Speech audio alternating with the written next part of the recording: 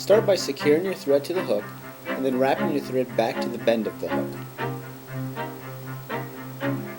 Once there, snip off the excess thread. Next, we're going to select some mallard flank fibers to be the tail of our bird's nest. The length of the tail is roughly the length of the shank of the hook. Secure those fibers in at the bend of the hook on top of the shank of the hook. Once it is secure, wrap your thread 2/3 of the way up the shank, securing in the mallard flank to keep our body consistent. Once we have it there, snip off the excess. Next, select a piece of thick copper wire, secure it in at 2/3 of the way up the shank, and then wrap it back to the bend of the hook.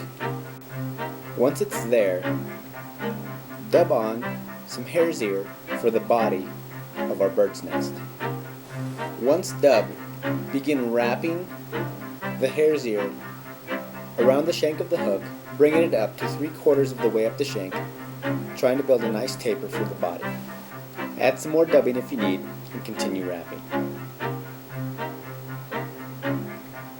Once we are there, we're going to take our copper wire and wrap evenly forward so that we have a nice even rib around the body of the bird nest. Once our wire is 2/3 of the way up the shank, secure it down, and then snip off the excess copper wire. The legs of the bird nest fly is going to be made out of Hungarian partridge. We're going to find the stem and then clip it so that we have a nice V shape.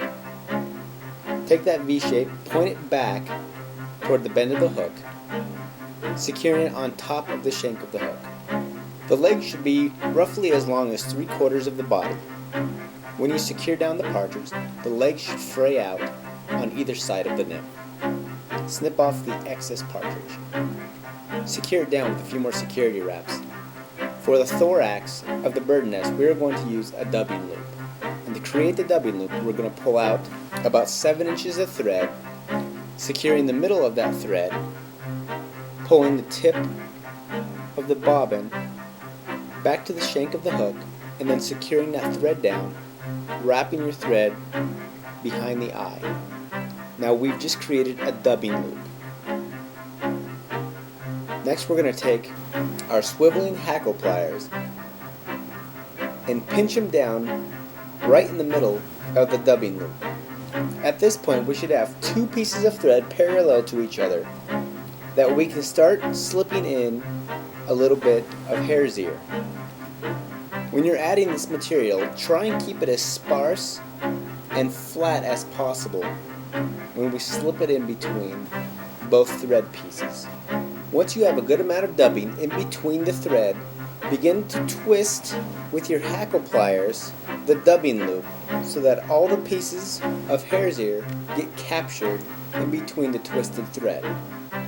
Now begin to wrap all that material around the shank of the hook, creating a nice big thorax that the bird's nest is known for. Notice that with all this material, we do have to pull back some of the fibers so that they don't get caught down and end up bending forward. We want them all facing back. Once we have our thorax built up to just behind the eye, secure the rest of the dubbing loop, snip off the excess, and re-secure everything in place.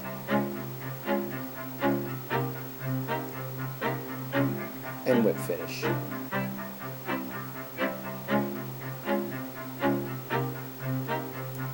Once it's secure, snip off the excess thread, and we have ourselves the Bird's Nest Nymph.